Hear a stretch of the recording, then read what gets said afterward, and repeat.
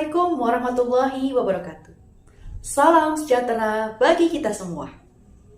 Yang terhormat kepada Ibu Dr. Hajah Raden Roro Wening Ken Widodasi SHMM selaku dosen pengampu mata kuliah Etika, Hukum dan Bisnis semester 2 kali ini. Perkenalkan, nama saya Pinta Nurrohmah.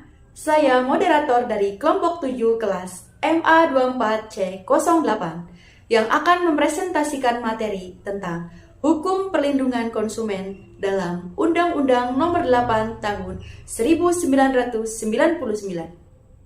Baik, langsung saja bagian pertama akan dibawakan oleh saya sendiri, yaitu pengertian dan tujuan.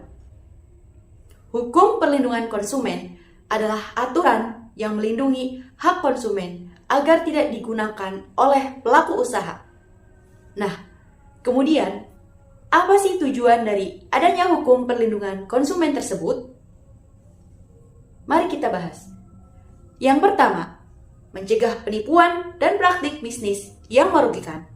Kemudian, yang kedua, menjaga keseimbangan antara konsumen dan pelaku usaha. Yang ketiga, memberikan kepastian hukum.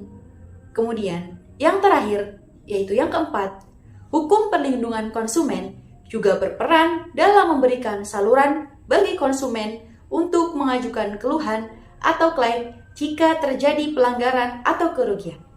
Materi selanjutnya akan dibawakan oleh teman-teman saya. Perkenalkan, nama saya Nabila Agustina. Di sini saya akan menjelaskan tentang dasar hukum perlindungan konsumen. Dasar utama hukum perlindungan konsumen di Indonesia adalah Undang-Undang Nomor 8 Tahun 1999 tentang Hukum Perlindungan Konsumen atau UPK, Peraturan Pemerintah atau Peraturan Menteri terkait perdagangan atau perlindungan konsumen. Perlindungan konsumen ini memberikan jaminan kepada konsumen agar tidak dirugikan oleh pelaku usaha yang melakukan praktik tidak adil atau menyesatkan. Seperti mungkin teman-teman suka ada yang lihat kayak pelaku usaha tuh kayak menjual produk mungkin kayak sejenis jamu atau kayak minyak urut gitu. Nah, pasti kan mereka itu bakal mempromosikan produk mereka sebagus mungkin ya. Pasti mereka juga akan bilang produk mereka itu bisa menyembuhkan penyakit ini, penyakit itu, bla bla dan lain sebagainya. Nah, kita ini sebagai konsumen juga jangan 100% terpercaya sama apa yang mereka bilang.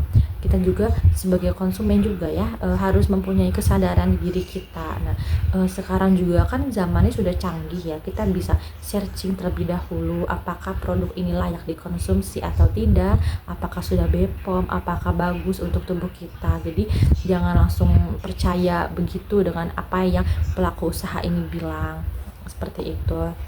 Nah, lalu lanjut lagi, saya juga akan menjelaskan tentang materi hak dan kewajiban konsumen. Nah, saya akan menjelaskan tentang hak konsumen dulu. Nah, hak konsumen ini adalah kita kan sebagai konsumen tuh mempunyai hak. Jadi kayak apa yang kita beli, nah itu juga harus baik untuk kita karena kan itu hak kita sebagai konsumen. Nah, hak konsumen ini meliputi ada, saya akan menjelaskan 3 saja. Nah, yang pertama itu ada mendapatkan produk yang aman dan sesuai standar. Jadi misalnya kita ini membeli produk itu berupa makanan atau minuman ya. Nah, pasti kan harus ada standar kesehatannya dan aman atau tidak dikonsumsi. Nah, kayak misalnya kita kayak mau beli helm aja itu kan harus SNI ya, harus standar nasional Indonesia.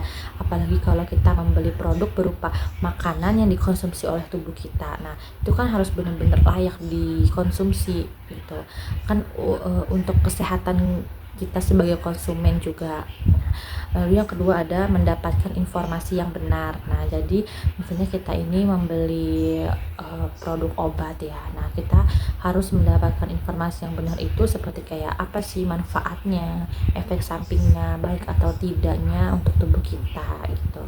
Perkenalkan, nama saya William Nunafan. Saya di sini akan menjelaskan tentang penyelesaian sengketa konsumen dan sanksi bagi pelanggar. Yang pertama, saya sini akan menjelaskan tentang penyelesaian sengketa konsumen. Penyelesaian sengketa konsumen adalah proses untuk menyelesaikan perselisihan dan konflik antara konsumen dan pelaku usaha, seperti produsen, distributor, dan penyedia jasa. yang timbul karena adanya kerugian dan ketidakpuasan konsumen terhadap barang atau jasa yang dibelinya. Dan jika terjadi pelanggaran hak konsumen, ada beberapa cara untuk menyelesaikannya, yaitu secara sengketa melalui Badan Penyelesaian Sengketa Konsumen atau disebut dengan BPSK. Yang pertama itu ada mediasi. Mediasi adalah menyelesaikan perdamai antara kedua belah pihak. Yang kedua itu ada arbitrase, keputusan oleh pihak ketiga yang mengikat. Yang ketiga yaitu ada konsiliasi, pihak ketiga membantu mencari solusi bersama melalui pengadilan. Selanjutnya, jika konsumen tidak puas dengan BPSK, bisa menggugat ke pengadilan. Selanjutnya yaitu ada sanksi bagi pelanggar. Sanksi bagi pelanggar hak-hak konsumen diatur dalam Undang-Undang Nomor 8 Tahun 1999 tentang perlindungan konsumen.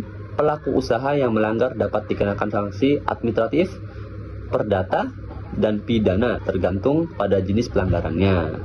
Yang pertama yaitu ada administratif, yaitu ada peringatan, denda, pencabutan izin usaha. Yang kedua yaitu ada pidana, penjara hingga 5 tahun, denda hingga 2 miliar. Yang ketiga yaitu ada perdata, ganti rugi kepada konsumen. Mungkin sekian penyampaian dari saya dari awal sampai akhir. Bila ada kata yang kurang berkenan, saya minta maaf. Baik, selesai sudah presentasi dari kelompok kami. Semoga dapat bermanfaat bagi kita semua. Mohon maaf apabila ada salah kata. Wassalamualaikum warahmatullahi wabarakatuh.